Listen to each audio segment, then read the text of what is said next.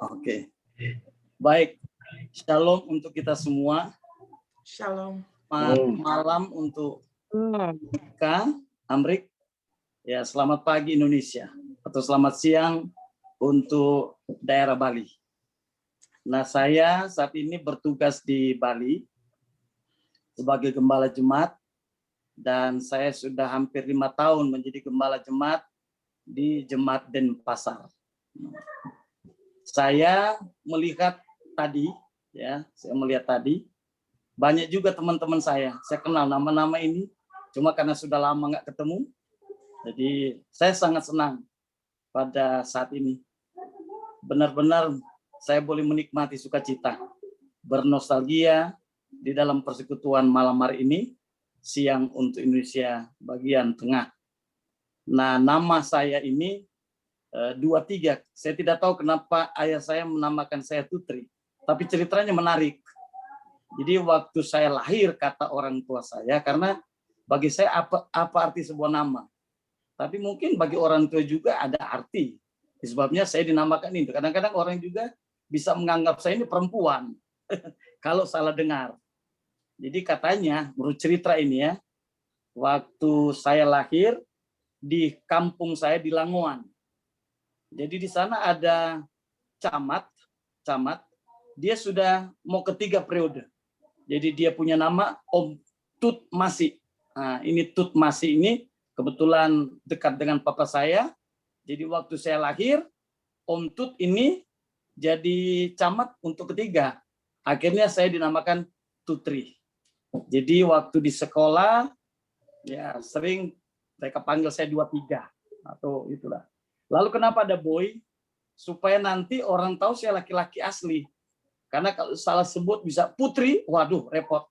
Nah, saya ada tambah nama boy supaya kelihatan laki-laki, dan kebetulan saya memang laki-laki asli. Buktinya saya 3 anak laki-laki semua. Laki-laki semua. 1 sudah menikah, ya. 1 sudah ada usaha kecil-kecilan, walaupun dalam pandemi ini terhenti. Lalu 1 lagi kuliah di Universitas Kelabat. Dan kebetulan yang paling kecil ini mengikuti saya. Jadi dia mengambil fakultas filsafat di Manado, di Unklap. Tapi ceritanya juga agak-agak lucu karena yang paling bungsu ini kan ya biasanya manjat. Tapi waktu dia bilang mau ke sana, saya antar. Dan oma atau mama saya, omanya janji. Kalau kamu Falan masuk pendeta, nanti oma kasih jajan kamu 100.000 1 bulan. Saya tidak tahu apakah karena jajan itu atau karena panggilan. Tapi kita doakan agar supaya anak ini bisa juga menjadi pelayan Tuhan. Lalu saya dari Jogja. Istri saya dari Jogja, namanya Dia Purnama. Jadi campuran Manado, Jawa, Manja atau Jaman. Boleh di Jaman lah, kita keluarga Jawa Manado atau Manja, Manado, Jawa. Itu sekedar perkenalan. Dan saya pada malam hari ini, untuk pagi Indonesia, saya harus mengatakan praise the Lord. Dan sekali lagi puji Tuhan. Lalu saya boleh katakan juga, saya tidak tahu kata apa yang harus saya sampaikan pada saat ini. Mungkin kalau orang biasa itu wow atau amazing, luar biasa. Nggak bisa saya katakan. Kenapa? Pertama, sebelum saya mengucapkan terima kasih kepada Brother Lloyd. Lalu sini juga, saya tadi waktu lihat, saya coba lihat kehadiran, saya lihat itu ada Pendeta Yoram. Ini senior saya. Waktu saya masuk tingkat 1, harusnya Pendeta Yoram ini sudah tamat. Saya tahu itu. Cuma ada 1 kelas. Kalau dia masih ingat, ada 1 kelas yang dia belum selesaikan. Tinggal konsultasi dengan dosen. Saya tahu itu pendeta kamu. Kalau Pendeta Yoram masih ingat. Karena saya sering makan di situ, tinggal di situ. Ya, karena Pendeta Yoram ini, waduh, kalau dulu ya bos di kampus lah. Nah, itu jadi saya lihat, ada Pendeta Yoram, lalu ada Pendeta Icoboyo, ada Bang Haris Manjutat, ada saya punya ya teman juga lah. Di sana ada Leni, istrinya Lester. Saya juga pernah tinggal di rumahnya di Kebayoran waktu itu. Jadi saya lihat ada di sini. Ada juga Mega, banyak lagi yang saya kenal. Jadi betul-betul saya sangat senang sekali. Hah? Hai Putri, apa kabar Putri? Ini Leni. Iya Leni. Iya. Waduh, senang sekali. Saya bersama Rudi adiknya tinggal di Leni waktu itu. Yang ingat itu. Jadi saya senang sekali. Tapi saya juga kaget tadi. Gimana saya mau ngomong? Ada senior saya, ada teman-teman saya yang sudah kenal saya dari kecil, sudah kenal saya waktu masih muda. Tapi saya harus katakan begini.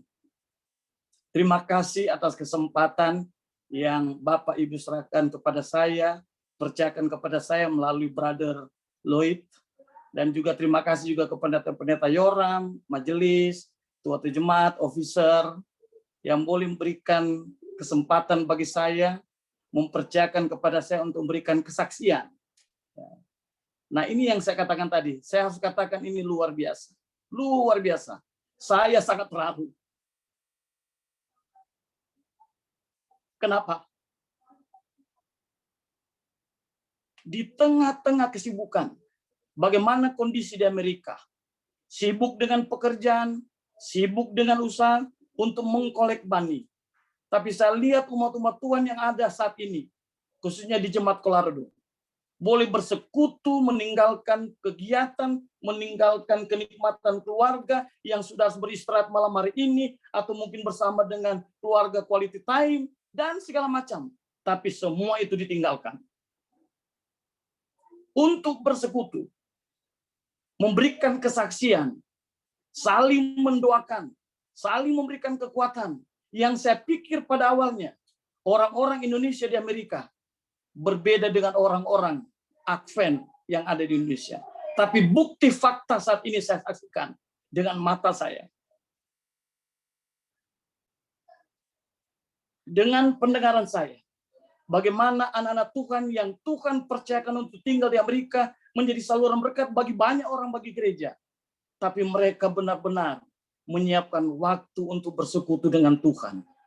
Untuk mengutamakan Tuhan sebelum melanjutkan pekerjaan selama 6 hari ke depan. Ini yang membuat saya sangat terharu. Dan saya sangat berterima kasih. Semoga persekutuan ini, di mana kita boleh saling menyaksikan kehidupan kita dari hari ke hari. Dan kita akan sampaikan itu hanya di dalam doa. Saya juga dengar saat ini, di Amerika, ada sedikit kejadian, kebencian orang-orang Amerika kepada orang-orang pendatang. Kita harus berdoa dan bergumul. Dan disinilah tempatnya untuk kita sampaikan kepada Tuhan. Kita juga boleh gunakan gereja dan rumah kita untuk menjadi fasilitas untuk kita sampaikan kepada Tuhan. Bahkan kita bisa tuntut janji Tuhan. Dan Bapak, Ibu, Saudara yang berada di Amerika, bukan karena kebetulan, tapi Tuhan izinkan saudara ditempatkan di sana untuk menjadi berkat bagi banyak orang. Berkat bagi orang Amerika, berkat bagi orang-orang Indonesia.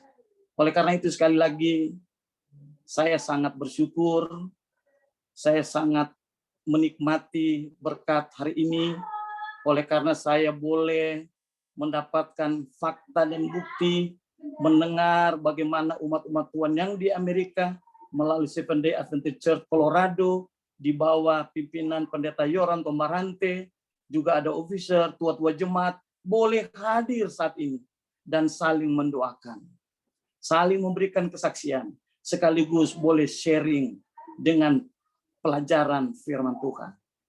Dan sekali lagi, terima kasih kepada Brother Lloyd yang sudah mengundang saya, tentunya juga dengan officer, Pendeta Yoram, pendeta-pendeta yang lain, yang boleh memberikan kesempatan sehingga saya bisa lebih kenal. Walaupun tadi saya coba catat, ada banyak ya yang saya dengar tadi nama-namanya, dan dari pendengaran saya, orang-orang tersebut saya kenal. Semoga doa saya pribadi, keluarga, jemaat kami, kepada saudara-saudara, anak-anak Tuhan yang dikasih Tuhan, yang saat ini bergabung dalam virtual, akan diberkati Tuhan, diberikan kesehatan, diberikan kekuatan, bahkan diberikan kenyamanan. Ingat ketika Tuhan memanggil kita, memberikan kita janji kabar baik untuk keselamatan. Kita juga membutuhkan sesuatu. Selain kita datang di rumah Tuhan untuk memperoleh keselamatan. Tapi jangan lupa kita juga harus mendapatkan kenyamanan di dalam gereja. Merasa secure, merasa aman, convenience atau comfort.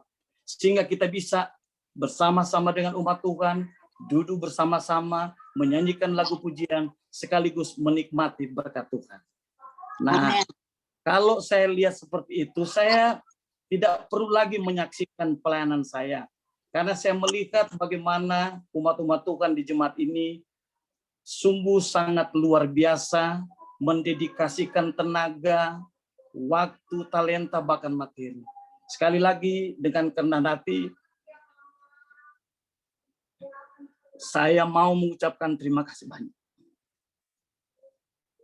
Doa kami agar supaya pelayanan anak-anak Tuhan di jemaat Colorado, di Amerika secara umum, diberkati Tuhan.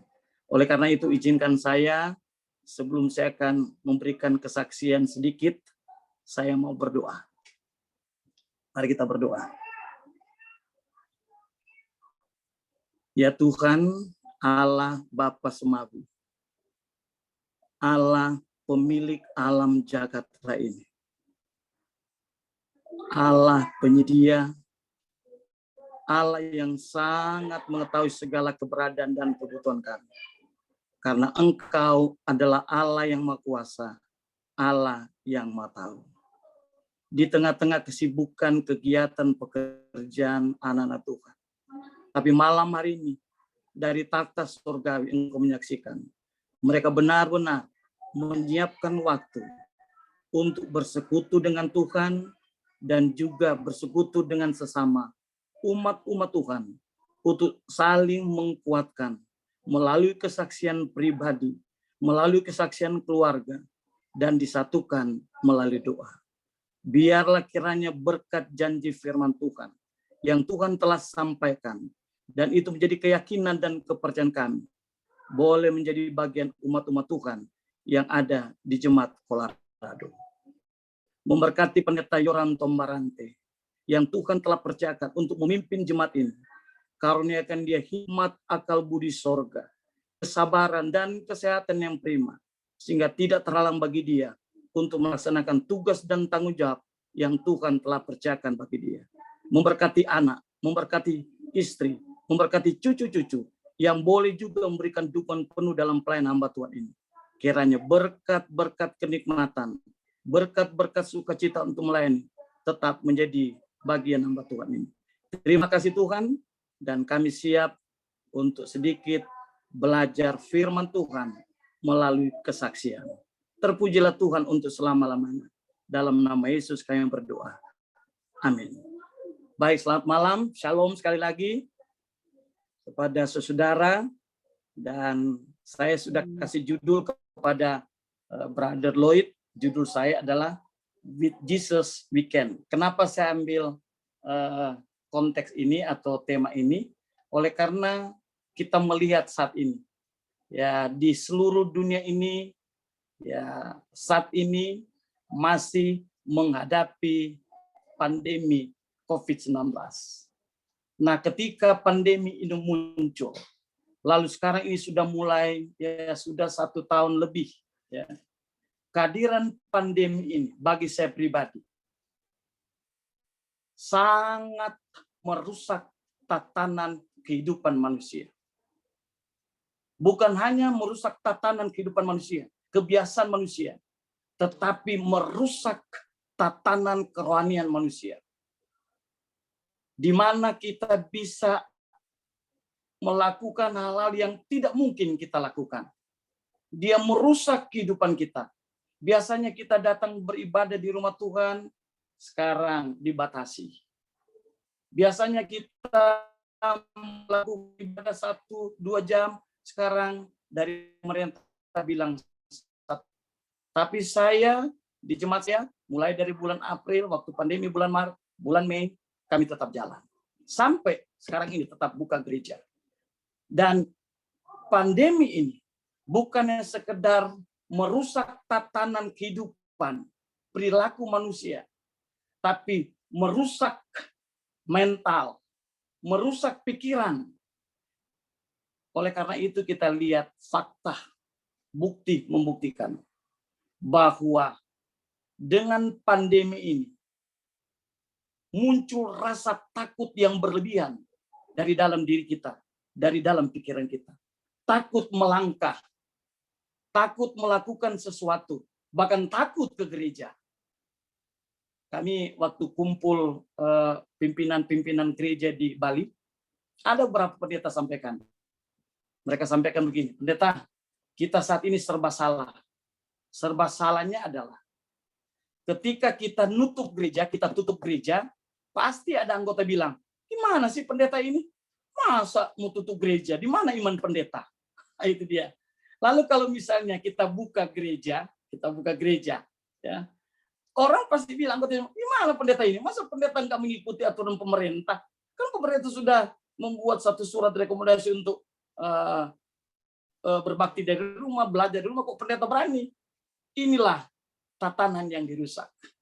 Lalu yang kedua yang terjadi saat ini, mungkin Bapak Ibu Saudara rasakan ini, curiga. Saya ingat waktu pertama kali saya ke minimarket, lalu kemudian saya belanja. Lalu saya batuk. Waduh, langsung orang pada apa? Pada ribut, keluar lari. Pada batuk sehat. Puji Tuhan sampai saat ini sehat. Tapi itulah curiga. Ketemu orang yang dulunya biasa saya bertemu dengan sahabat perlu cipika-cipiki. Sekarang agak jauh. Sorry ya. Ketakutan. Curiga. Bahkan teman dekat, keluarga dekat, sahabat dekat, bisa saja suami istri, curiga. Kenapa? Karena pandemi.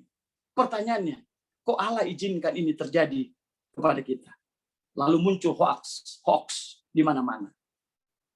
Nah, bagaimana mungkin kita bisa akan melewati ini? Secara manusia, human being akan berpikiran seperti ini. Kalau saya ingin sampaikan dalam kata-kata, lidsah, sangat sulit, sangat susah sekali. Bagaimana mungkin kita melewati ini? Nggak bisa bikin ini. Ketemu orang aja sudah curiga. Kesana kemari takut. Pandemi membuat kita berubah. Membuat pikiran kita berubah. Dari yang biasa kepada yang tidak biasa. Tapi saya tetap bersyukur, Bapak Ibu Saudara, walaupun dalam kondisi pandemi seperti ini, dengan pandemi kita bisa virtual, bisa kita kenal, bisa kita ketemu walaupun hanya ini, itu senang sekali juga. Memang ada juga positifnya. Tuhan juga tidak izinkan itu negatif terus, ada juga positifnya.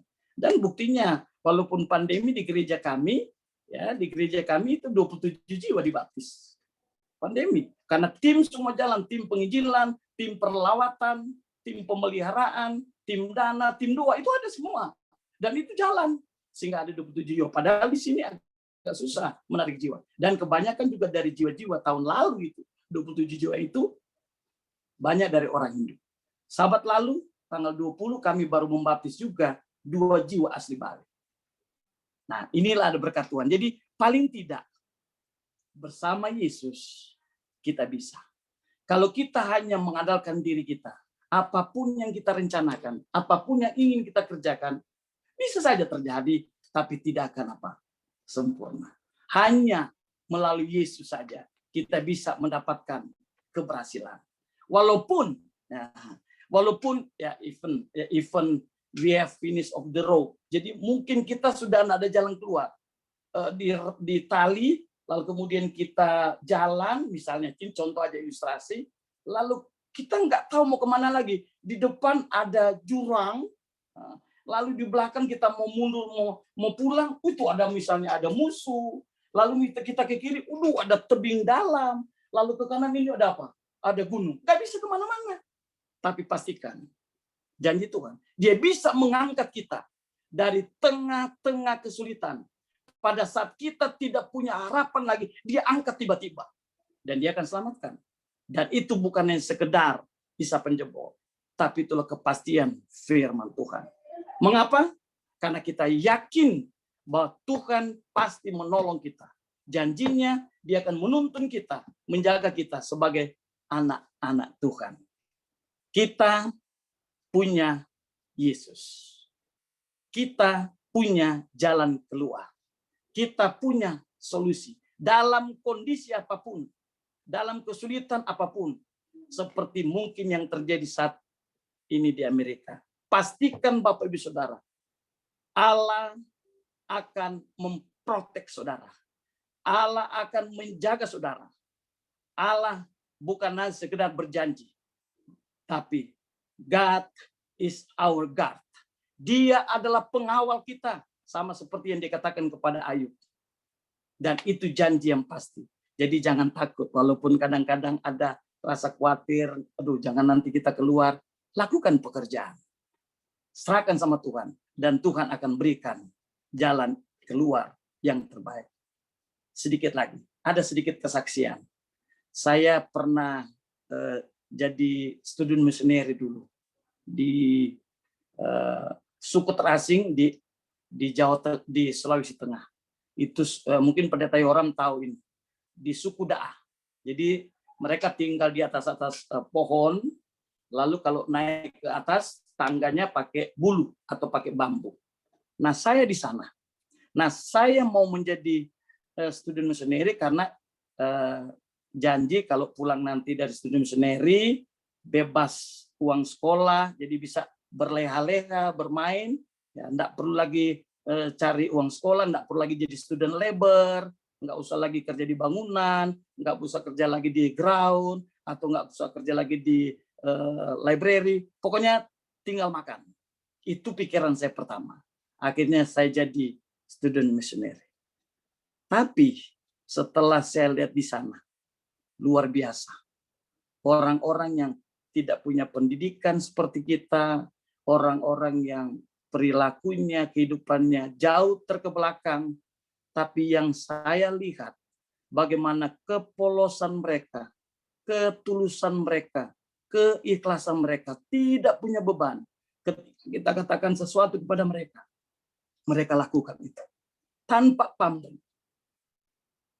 Berbeda dengan kehidupan di desa, berbeda kehidupan yang ada di kota. Saya perhatikan pertama waktu saya tiba di sana, saya lihat orang-orang di suku terasing itu, kulit mereka itu orang Manado bilang apa ya? Ada banyak penyakit kulit, apa? Kaskado. Aduh, apa namanya itu? Saya lupa lagi. Ya, pokoknya itulah. Tapi saya sebagai student missionary yang mereka anggap sebagai pemimpin, saya harus jabat tangan kepada mereka. Pada saat mereka sambut saya, di sana ada kepala jaganya, ada yang bawa parang, ada yang bawa tombak. Nah, itu disebut ketua suku. Mereka harus jemput saya. Dan saya harus salaman semua mereka. Nah, bahasa di suku terasing, kalau salaman itu namanya sokopale, jabat tangan. Nah, saya bayangkan saya punya tangan waktu itu mau salaman dengan mereka, pada mereka punya apa? Ya, penyakit kulit. Tapi saya salam. Beberapa minggu kemudian saya harus pergi ke Palu, ke kantor daerah. Pendeta, ketua daerah waktu itu pendeta Yani Lego, sekretaris bendahara waktu itu adalah Bapak Max Langit. Lalu kemudian ada Dokter Edi Anto di sana waktu itu. Akhirnya saya diperiksa, dipakai, dan saya sembuh. Lalu kemudian saya balik lagi di gunung. Saya balik di gunung. Lalu saya kemudian melaksanakan tugas dari hari ke hari. Lalu ini ungkapan yang mereka sampaikan ke saya. Pada saat anak-anak bermain, ya mereka bermain cara mukul dan segala macam, lalu kejar-kejaran. Lalu ada satu anak, bibirnya ini pecah. Bibirnya pecah. Lalu kemudian karena bibirnya pecah itu, lidahnya bisa keluar di bibir. Waduh, saya sangat takut. Takutnya apa? Karena jangan-jangan orang tuanya atau ketua suku akan datang ke presiden, dia apa? Di sokopale, dipotong. Dipotong saya punya kepala. Itu dia punya artinya. Dipotong. Lalu saya berdoa. Ya, saya tidak tahu apakah doa bagaimana, saya masih mahasiswa berdoa. Lalu kemudian saya lihat anak itu. Lalu saya panggil, sini. Saya kasihlah dia rumput-rumput. Orang Manado ada itu di kampung kami. Di Langon kalau umpama ada kena luka, dikasih obat itu namanya daun sopia. Dikasih. Lalu saya bilang sama anak itu, Soko. Soko itu pegang. Nah, Soko itu pegang. Pegang ya, pegang. Lalu malam harinya nangis. Orang tua belum ada. Orang tuanya lagi di pegunungan yang lain untuk cari makan. Dia menangis. Saya berdoa. Sudah tahu apa yang terjadi? Ketika besok pagi orang tuanya datang, ketakutan muncul dari diri saya. Tapi waktu mereka ketemu saya, mereka bawa anaknya, lalu mereka katakan begini, ini karena dosa. Bukan karena saya, ini karena dosa. Saudara, orang-orang yang uneducated, mereka tahu itu karena dosa, akibat dosa. Mereka tidak salahkan saya. Mereka tidak apa-apa, ini karena dosa. Tidak apa-apa guru, karena mereka panggil saya guru. Disitulah saya melihat bagaimana anak-anak yang dipercayakan oleh Tuhan di dalam kehidupan yang kita hadapi saat ini punya pikiran-pikiran positif. Dan akhirnya saya kembali ke sekolah, lalu kemudian saya melanjutkan pendidikan. Dan saya punya komitmen, saya mau melayani Tuhan apapun kondisinya. Dan sampai saat ini, saya melayani Tuhan. Nah, sekarang tantangan di dalam pelayanan. Mungkin di mana-mana juga ada tantangan. Ya. Jemaat di mana kita layani, banyak sekali tantangan. Tidak semua orang mau terlibat. Jadi tidak semua orang mau involve dalam pelayanan. Karena mereka punya pemikiran-pemikiran yang berbeda dengan pemikiran manusia. Pada saat mungkin kita juga sebagai pendeta, memberikan presentasi tentang program kerja di dalam penginjilan, di dalam total member involved, di dalam penarikan jiwa.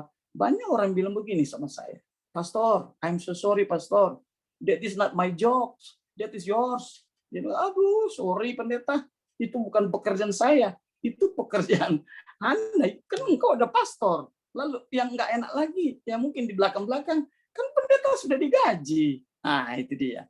Jadi ada beberapa memang tantangan di gereja. Tetapi saya ingin katakan, kesaksian saya hari ini adalah with Jesus we can. Satu contoh, ya, perilaku di dalam gereja. Ya, spektator hanya menonton saja. Dan biasanya orang penonton itu lebih hebat komentarnya daripada orang yang di dalam. Karena dia tidak masuk dalam area pelayanan. Jadi dia punya komen itu sangat-sangat mengganggu pelayanan kita, ya. Bahkan komentarnya bisa pedas. Kenapa komentarnya? Karena tidak masuk dia tidak tahu di dalam. Nah itu dia. Nah itu sebabnya kalau kita lihat di TV banyak sekali komentator. Sering mereka asal ngomong karena mereka tidak merasakan. Ya kalau pengamat, ya dia cuma mengamati tapi dia tidak ikut, dia terlibat. Misalnya kritikus itu kan dia mengkritik tapi dia tidak pernah menghasilkan. Makanya kritikus itu tidak ada yang dibuat, hanya melihat hasil orang lain lalu dikritik. Dia lihat, dia nggak pernah menghasilkan. Namanya kritikus. Saya tidak berbuat apa-apa, saya hanya mengkritik hasil yang Anda buat. Saudara, inilah tipe-tipe orang yang ada dalam gereja. Kalau kita misalnya tidak siap mental, kita akan lari seperti kata Raja Daud. Raja Daud bilang, kalau aku punya sayap, aku akan terbang tinggi meninggalkan ini. Tapi sayang, kata Raja Daud, aku tidak punya sayap. Lalu kita lihat juga di gereja ini ada tipe orang yang saya boleh sebut dengan frozen people. Apa artinya frozen people? Itu tidak mau menyatu, tidak mau involve. Padahal dia sudah lama di gereja, 30 tahun, 40 tahun, mengaku anggota gereja Advent, mengaku komunitas gereja Advent, tahu tentang doktrin. Tetapi dia tidak pernah involve di dalam penginjilan. Dia mau jadi gereja, dia mau jadi anggota gereja, hanya datang, duduk, dengar, dan pulang. Tidak mau menyatu. Itulah yang disebut dengan frozen people. Artinya misalnya kalau kita kasih buah atau kasih bikin es, lalu kita kasih di kulkas, di freezer, dia nggak jadi es, tidak menyatu. Dia hanya sekedar ada di dalam, tapi tidak berbuat apa-apa. Ada juga yang saya lihat, ini pengalaman saya, ini kesaksian kan, pengalaman saya, ada juga orang di gereja, ya saya bersyukur di Jemaat Colorado nggak ada ini, back seat Christian. Jadi dia cuma duduk melihat, dan dia suka duduk di depan bisa, dia suka duduk di belakang, tapi tidak tidak mau melakukan sesuatu. Dia tidak mau tahu. Dia bisa katakan, pendeta, kenapa pendeta tidak mentrainer kami? Kenapa pendeta tidak melatih kami? Sudah dilatih. Di gereja kita banyak seminar, banyak sekali workshop. Tapi apa? Dia sendiri tidak mau lakukan. Memang kadang-kadang juga di gereja mungkin saja tipe-tipe orang seperti ini karena ada lack of knowledge atau ignorant. Ada keraguan-raguan, mungkin dari gereja. Lalu kemudian kadang-kadang di gereja juga hanya menyerahkan kepada pendeta. Jadi dependable to pastor. Dia cuma, ya udah itu kan tugas pendeta. Ya pendeta aja lakukan. Atau mungkin ada juga pendeta, maaf. Pendeta itu tidak terlalu mempercayai kepada anggota untuk melakukan pekerjaan. Padahal tugas pendeta itu adalah trainer, equiper, komunikator, atau delegate. Itu perlu, jadi dikasih ke mereka. Nah, tinggal pendeta mengkoordinir. Nah, kadang-kadang mereka bilang, loh pendeta, bla bla bla bla. Padahal sudah dikasih tahu. Cuma mereka tidak mau tahu. Karena di pedoman kependetaan sudah dikasih tahu, di peraturan jemaat juga sudah dikasih tahu. Lalu kemudian kadang-kadang ada juga opini. Ada anggota tipe orang di gereja ini, saya tidak tahu. Tapi inilah mungkin survei yang saya buat. Di gereja juga ada opini bahwa mereka katakan, ya kan pelayanan itu, penginjilan itu kan ya memang disiapkan untuk pendeta. Makanya pendeta datang di sini. Mereka ditempatkan sih, ya itulah tugasnya pendeta. Nah, jadi untuk apa ministry itu belong of the pastor. Only pastor. Itu ada sebagiannya mengatakan. Atau mungkin ada alasan-alasan tipe orang. Dia supaya mau, tapi gengsi juga. Dia mungkin pikir, kan buat apa? Biarlah saya mendukung dengan uang aja. Karena mungkin mereka terlalu sibuk. Dan yang paling terakhir mungkin yang saya lihat adalah pendeta mungkin terlalu hati-hati. Tidak boleh juga kita terlalu seperti itu. Terlalu teliti untuk memberikan. Tidak. Kita percayakan aja, tinggal ada evaluasi. Tetapi sekiranya pun ada tipe-tipe orang seperti dalam gereja. Mungkin dia frozen people, backseat Christian. Mungkin dia juga spektator atau apapun namanya. Tetapi kalau kita bersama Kristus, kita serahkan semua total, ya, total kepada Tuhan, fokus kepada Kristus, total surrender, pokoknya whole, kasih ke Tuhan. Biar Tuhan, ini pekerjaan Tuhan, kami cuma alat Tuhan, biar mau ajari apapun terserah. Tuhan akan berikan yang terbaik bagi kita. Bersama Yesus, kita bisa. Kenapa? Nah, ini kenapa. Pertanyaan kenapa.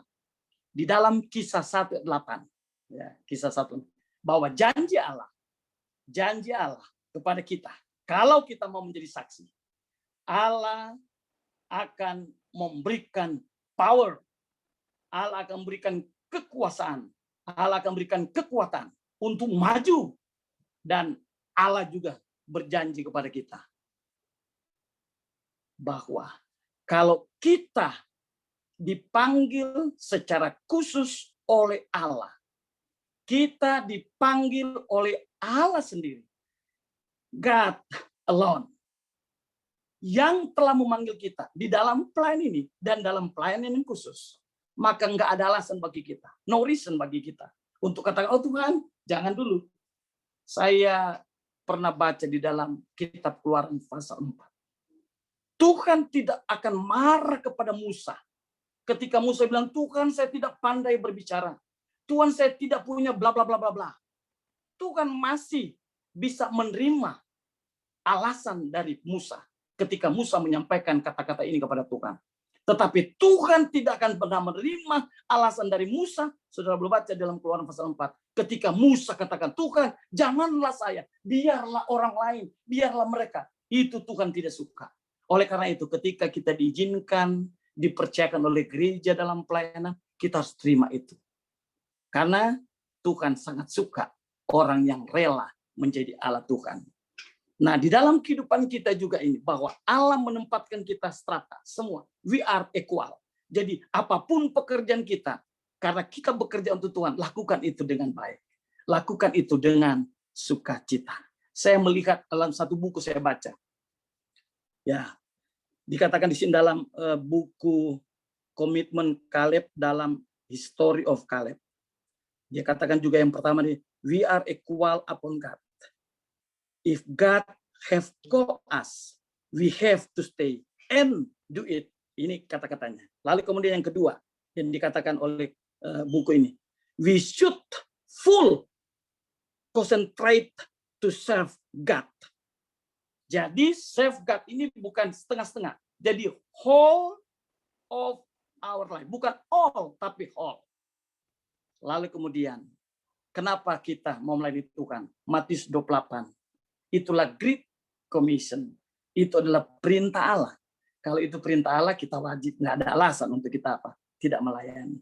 Lalu Matius 28 ayat 20b. Janji Allah yang pasti.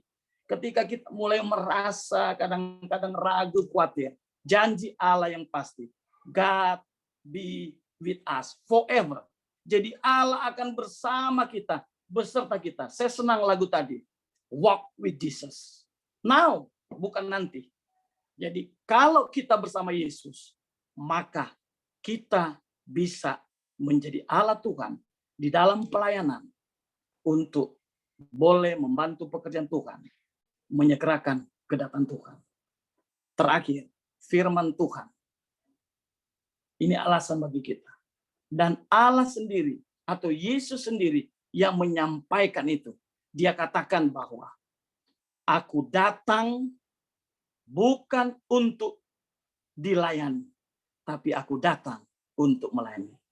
Ketika kita mau menjadikan Kristus Yesus sebagai patron, pola utama dalam pelayanan kita, maka apapun tantangan di depan, kondisi di Amerika saat ini, kondisi pandemi, kondisi perekonomian, ataupun tantangan-tantangan di gereja, kalau kita tempatkan Yesus, tempatkan Allah, jadi Dia yang pertama, Dia yang utama, maka pelayanan pekerjaan kita akan tetap nikmati sampai Tuhan datang. Biarlah kiranya kita mau putting God or place God in the first and primary of whole our life. Kenapa saya ambil kata whole? Karena di sana tidak ada celah lagi untuk boleh menjebak kita untuk keluar dari pelayanan ini. Semoga bersama Kristus kita bisa untuk tetap melayani Tuhan. Tuhan memberkati kita. Amin. Amin. Amin. Thank you, Pendeta. Amin. Thank you, Pendeta, pelajaran yang bagus. Thank you so much. Sama-sama. Amin, amin. Amin, amin. Terima kasih, Pendeta Tutri.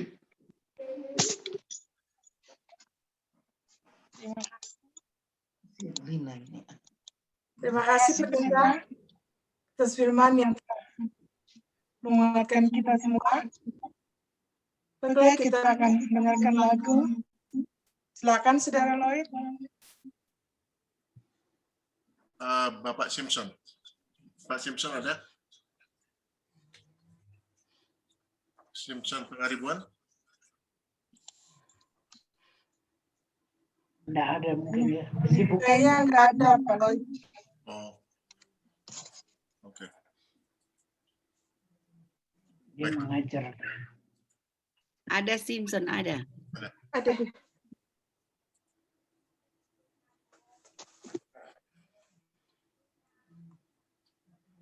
Oh ya.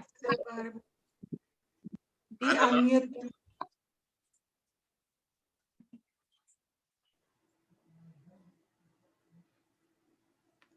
Mungkin dia step away from the telepon atau sebab masih mute dengan videonya masih.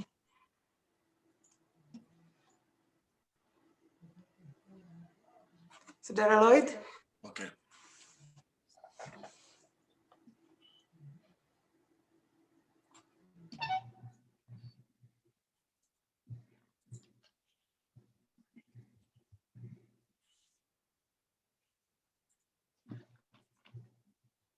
Udah ada di gunung tadi.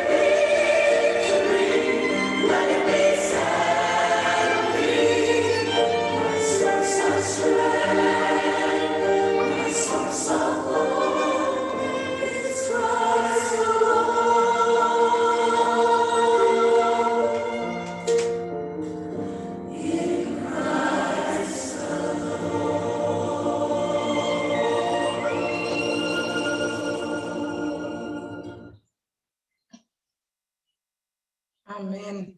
Amin. Nah, kita akan menutup acara kita. Kita minta kesediaan Bapak Pendeta Mangkeng untuk berdoa sebagai doa tutup. Baik, mari kita berdoa. Segala puji syukur kami panjatkan kepadamu Tuhan. Oleh karena kebaikan yang Tuhan telah tunjukkan bagi kami. Kami diberikan kesempatan untuk boleh menikmati persekutuan pada malam hari ini. Dan kami boleh menyaksikan kehidupan pribadi masing-masing kami. Yang boleh saling memberikan kekuatan. Bahkan kami sudah menyampaikan doa dan permohonan kami secara pribadi, secara keluarga, bahkan secara jemaat. Kami juga boleh menyanyikan lagu-lagu pujian kepadamu Tuhan. Dan kami juga boleh merenungkan firman Tuhan melalui kesaksian yang sudah kami dengar bersama-sama. Biarlah kiranya ibadah kami pada malam hari ini. Biarlah kiranya persekutuan kami pada malam hari ini. Persekutuan dengan Tuhan, persekutuan dengan sama, memberikan kekuatan baru bagi kami. Jika kami mengandalkan Tuhan, jika kami bersama Tuhan, maka tidak ada alasan bagi kami untuk merasa takut. Tidak ada alasan bagi kami untuk merasa khawatir. Tetapi komitmen kami akan muncul. Tuhan, pakai kami selagi kami ada.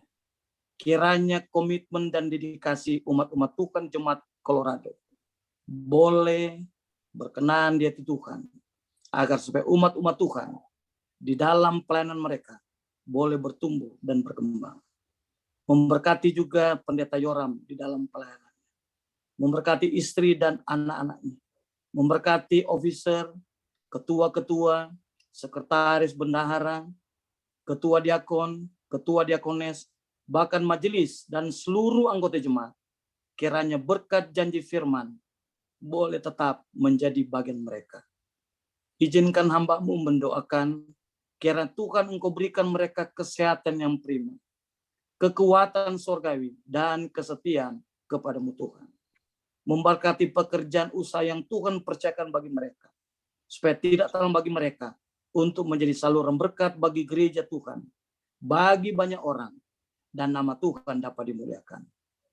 Terima kasih Tuhan, oleh karena damai sejahtera Allah Bapa, kasih karunia Yesus Kristus, persekutuan dengan Roh Kudus, boleh menyertai kami sepanjang malam hari ini, dan ketika kami beristirahat Tuhan, jangan izinkan kami beristirahat sebelum kami merenungkan firman Tuhan. Di dalam nama Yesus, Tuhan dan Juru Selamat kami. Amin. Amin. Amin.